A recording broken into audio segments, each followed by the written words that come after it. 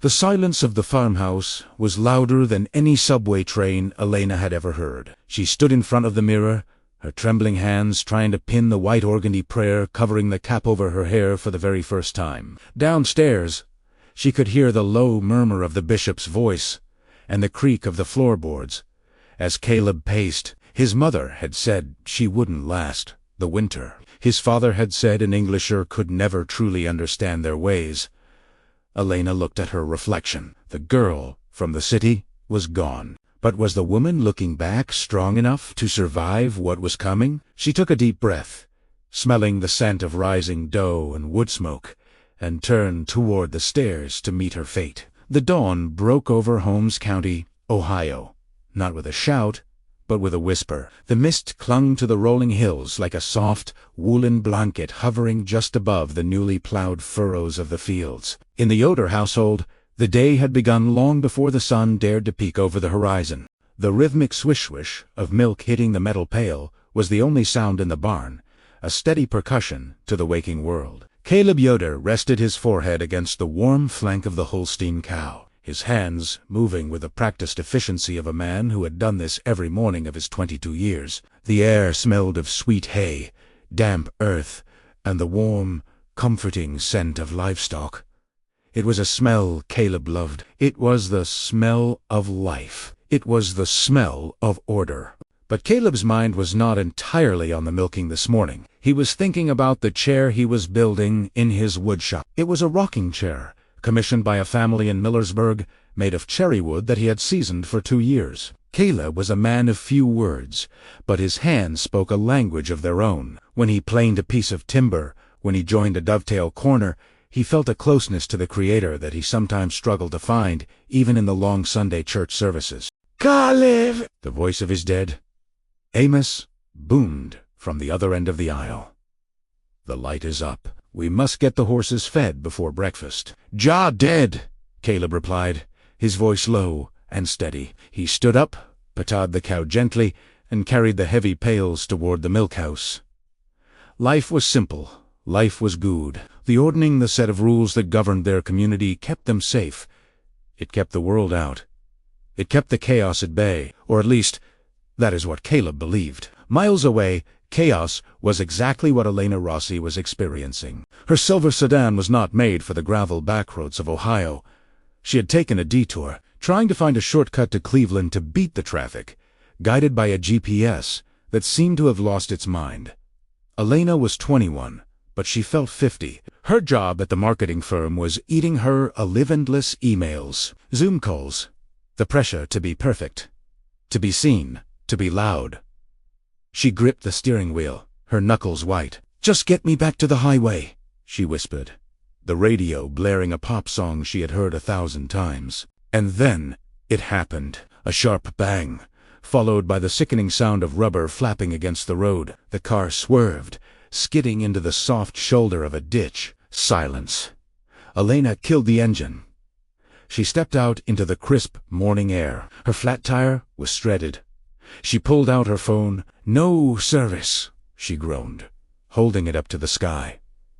She looked around. To her left, endless rows of corn stalks that had turned brown with the autumn chill. To her right, a long, dirt driveway leading up to a large white farmhouse and a massive red barn. There were no power lines running to the house, no cars in the driveway, just a black buggy parked near the fence. She had no choice. She smoothed down her pencil skirt, adjusted her silk blouse, which felt ridiculously out of place here, and began to walk up the driveway. Caleb was just exiting the barn, wiping his hands on a rag, when he saw her. At first, he thought she was a lost tourist, the kind that often stopped to take pictures of him without asking. He stiffened, preparing to be polite, but distant. But as she got closer, he saw the distress in her face. She was small, struggling to walk in heels on the uneven gravel. The wind caught her hair that was loose and uncovered, flowing freely in the breeze. "Excuse me," she called out. I'm so sorry to bother you. My car, down by the road." Kayla stopped at the gate. He didn't look her directly in the eye, keeping his gaze respectful, slightly lowered. "You are having trouble with the machine. A flat tire. Elena said, breathless. "And I don't have a signal. I don't know how to change it. Is there dot? Can I use a phone?" Caleb looked back at the house. His mongme Miriam was watching from the kitchen window. He knew she would not approve of an Englishwoman standing this close to the barn. "We have no phone in the house," Caleb said gently. "There is a phone shack at the end of the lane, but it is for emergencies." "This feels like an emergency," Elena said, her voice cracking. Tears pricked her eyes. It wasn't just the tire. It was everything. The exhaustion, the loneliness of the city, the feeling that she was running a race she could never win. Caleb saw the tear slide down her cheek. His heart, usually as steady as the oak he carved, gave a strange, unexpected thump. "I can help with the tire," Caleb said softly. "Wait here." He walked past her, smelling a scent he had never encountered before, something like vanilla and synthetic flowers, sharp and sweet. It was the smell of the world. It turned out to be more than just a flat tire. The axle was bent from hitting the ditch. The tow truck driver, when he finally arrived via the phone shack call, shook his head. "Need to tow it to the shop in town. Won't be ready till Tuesday. Maybe Wednesday." It was Friday. Elena stood stranded. The hotels in town were booked for a craft festival. She looked at her car, being hoisted away, feeling a panic writhe in her chest. "You can stay in the data house," a voice said behind her. It was Amish, Caleb's father. He was a stern man with a long gray beard, but the Amish hospitality ran deep in his veins. The Dota house was the small grandparents' cottage attached to the main house, currently empty since Caleb's grandfather had passed the previous winter. "We cannot leave a stranger without a roof," Amish said simply. "But we live plainly. You understand?" Elena nodded, feeling like she had stepped into a time machine. "I understand. I can pay you." "We do not want your money for shelter," Amish said, "but you can help Miriam in the garden if you wish to earn your keep." The next 3 days were a blur of culture shock. Elena woke up not to an alarm, but to the rooster. There was no hot shower-only water heated on the wood stove. There was no scrolling through Instagram over coffee. On Saturday afternoon, she wandered into the workshop. Caleb was there, shaving wood from a long, curved piece of timber. The floor was covered in golden curls of wood. The air was thick with the scent of cedar. "What are you making?" she asked, standing in the doorway. Caleb looked up. He had seen her struggling in the garden earlier, trying to pull carrots with her manicured nails. He had felt a pang of pity, but also amusement. "A hope chest," Caleb said. "For my cousin's wedding." Elena stepped inside, running her hand over a finished table. It was smooth as glass. "It's beautiful. You did this by hand. No power tools. The hand feels the wood better than a machine," Caleb explained. He picked up a piece of rough walnut. "A machine forces the wood. The hand asks the wood what it wants to be." Elena looked at him. He was wearing suspenders and a blue shirt, his straw hat resting on the bench. He had a quiet strength about him that she had never seen in the men back in the city. The men she knew were loud, boasting about their salaries or their cars. Caleb boasted of nothing, yet he created beauty. "It must be peaceful," she said softly, "knowing exactly who you are, knowing your place." Caleb stopped sanding. He looked at her, really looked at her, for a fleeting second. "It is a good life, but it is not always easy. We choose it every day. To give up the self to serve God and the community." "To give up the self," Elena repeated. I think I've been obsessed with finding myself for years, and I'm still lost." Caleb didn't offer a platitude. He just nodded. "Maybe you are looking in the loud places. Sometimes the answer is in the quiet." Their eyes met. It was forbidden. It was dangerous. A warmth spread through Caleb's chest that terrified him. He quickly looked down at his work. "I must finish this." Elena backed away. "I'm sorry. I'll let you work." But she didn't want to leave, and he didn't want her to go. By Monday, the atmosphere in the Yoder house had shifted. Miriam, Caleb's mother, was not blind. She saw the way Elena lingered near the barn when Caleb was doing chores. She saw the way Caleb washed up with extra care before dinner. Miriam was a woman who loved her son fiercely. She had seen what happened when Amish boys were tempted by the world. They left. They cut their hair, bought trucks, and forgot their prayers. She would not let that happen to Caleb. That evening, after a dinner of pot roast and buttered noodles which Elena had clumsily helped prepare, Miriam cornered Elena in the kitchen while they were drying dishes. "Your car will be ready tomorrow," Miriam said, her voice tight. "Yes," Elena said, wiping a plate. She felt a heavy stone in her stomach. The thought of going back to her apartment, her job, her empty life, made her physically ill.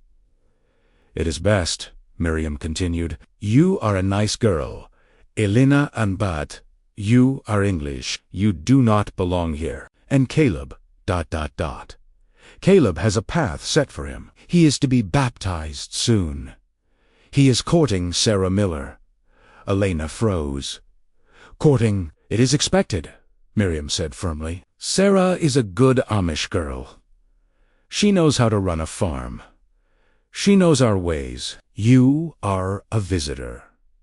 A tourist." The words stung, but they were true. The next morning, the tow truck driver returned with her car. It was shiny and silver and looked alien against the green grass. Caleb was in the fields, driving a team of 6 horses, pulling a harrow. Elena packed her bag. She walked to the edge of the field. Caleb saw her. He stopped the horses. He walked over to the fence, removing his hat, wiping sweat from his brow. "You are leaving," he stated. "My car is fixed," Elena said. She gripped the fence post. "Caleb, ... these last few days, I've never felt like this. I've never felt so ... awake." Caleb gripped the brim of his hat. His knuckles were white. "You go back to your world. Elena, there is nothing for you here but hard work and rules." "Is that all it is to you?" she asked. "No," he whispered. "To me, it is home. But it cannot be your home." "Why not?" "Because," Caleb looked at her with an intensity that took her breath away. "To stay here, you must give up everything. Your music, your clothes, your freedom, your family, and I cannot ask you to do that." "You aren't asking," she said. "I'm thinking about it." "Go," Caleb said, his voice breaking. "Go before you make us both sin with once." "That cannot be." He turned his back on her and walked back to the horses. Elena watched him go, her heart shattering in her chest. She got in her car and drove away, the dust obscuring the farmhouse in her rearview mirror. 3 months passed. Elena sat in her cubicle in Cleveland. The fluorescent lights buzzed overhead. Her phone pinged with notifications, like comment, share, deadline. She felt like a ghost. She went on dates with men who talked about cryptocurrency in the gym. She ate at expensive restaurants where the food had no taste every night. She closed her eyes and saw the mist over the Holmes County hills. She smelled the sawdust. She saw Caleb's hands on the wood. She wasn't just missing a boy. She was missing the peace. She realized that the freedom she had in the city was actually a cage of constant distraction and anxiety. She started reading. She went to the library and read everything she could about the Amish faith. She didn't just want the romance. She wanted to understand the sacrifice. She read about the Anabaptists, about the choice to be separate, about the community that carried each other's burdens. One snowy Tuesday in January, she couldn't take it anymore. She quit her job. She packed a single suitcase. She sold her television. She drove south. She arrived at the Yodare farm in the middle of a snowstorm. The wind was howling, rattling the windows of the farmhouse. When she knocked on the door, Amos opened it. He looked older, tired. When he saw her, his eyes widened. "Elena, I want to learn," she said, her teeth chattering from the cold. "I want to try. Not for a week. For real. Please." Miriam appeared behind Amos. Her face hardened. "You cannot just waltz in here because you are bored with your city life." "I'm not bored," Elena said, tears freezing on her cheeks. "I'm empty. Please. I know I have to give it all up. I'm ready." Caleb appeared at the top of the stairs. He looked thinner. When he saw her, he gripped the banister. They let her stay, but it was not a romantic reunion. It was a trial by fire. The bishop was called. He spoke to Elena sternly.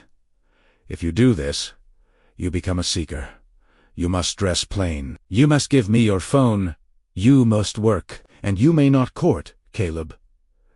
Not yet. You must prove your heart is for God, not just for the boy." Elena handed over her phone. She put on a spare dress of Miriam's that was too big for her. The next 2 months were the hardest of her life. The romance of the farm was gone. It was just freezing cold mornings, fingers cracked and bleeding from washing clothes in the wringer washer, hauling firewood until her back screamed. Miriam was relentless. She criticized Elena's stitching. She scolded her for walking too fast, for laughing too loud, for looking at Caleb during meals. "She will break," Miriam told Amish late one night. "She is soft. She will miss her movies and her makeup." But Elena didn't break. She found a rhythm in the work. When she kneaded the bread dough, she prayed. When she swept the floors, she learned to enjoy the silence. She began to understand that the rules weren't just restrictions. They were a way to focus the mind on what mattered. However, the separation from Caleb was agony. They were in the same house, but miles apart. They were not allowed to be alone. One evening, in late March, a crisis struck. A late blizzard hit during the lambing season. The sheep in the lower pasture were trapped. Amish was down with the flu, too weak to leave his bed. "I have to go," Caleb said, pulling on his coat. "The drifts are 4 feet deep." "I'm coming with you," Elena said. "No," Miriam snapped. "You stay here." "He needs help carrying the lambs," Elena said, her voice firm but respectful. "I can carry them." She didn't wait for permission. She wrapped a heavy shawl around her head and followed Caleb out into the whiteout. They fought through the snow, the wind biting their faces. They found the ewes huddled by the fence, buried in drifts. For 2 hours, they worked in silence, digging out the animals, Caleb carrying the mothers, Elena carrying the lambs inside her coat to keep them warm. Her legs burned. Her lungs felt like they were filled with glass. But she didn't stop until the last lamb was safe in the barn. She collapsed on a hay bale, shivering violently. Caleb knelt beside her. He took her frozen hands in his and began to rub them. "You did good," he whispered. "You have strength, Elena. Real strength." "I did it for the lambs," she chattered. "And for you." Caleb looked at her, his eyes full of tears. "I tried to forget you. I prayed to forget you, but God brought you back." "I'm not leaving," she said. "I'm staying, even if your mother hates me. I'm staying for this life. And if you'll have me, for you." The barn door creaked open. It was Miriam. She had brought a thermos of hot coffee. She stood there, looking at the two of them, exhausted, freezing, but alive with a love that filled the drafty barn. Miriam looked at Elena's red-chapped hands. She looked at the saved lambs. She let out a long sigh, the steam rising in the cold air. "Drink," Miriam said, handing the cup to Elena first. "You will catch your death if you don't." It was a small gesture, but it was a start. Spring came to the valley. The snow melted, revealing the dark, rich earth. Elena had been living as a plain woman for 6 months. She had finished her instruction classes with the bishop. She had learned the German dialect. She had learned to quilt, to can peaches, to harness a buggy horse. The day of her baptism arrived. It was a solemn Sunday service held in the Yoder's barn. The benches were filled with families from the district. Elena sat on the hard wooden bench, dressed in black, her heart pounding. She was terrified.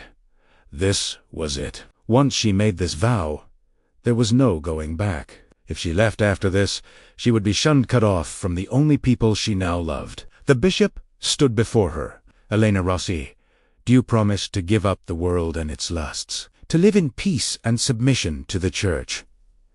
Elena looked around the room. She saw the women who had taught her to bake. She saw Amish, who had given her a home. She saw Miriam, who gave her a small, encouraging nod, and she saw Caleb.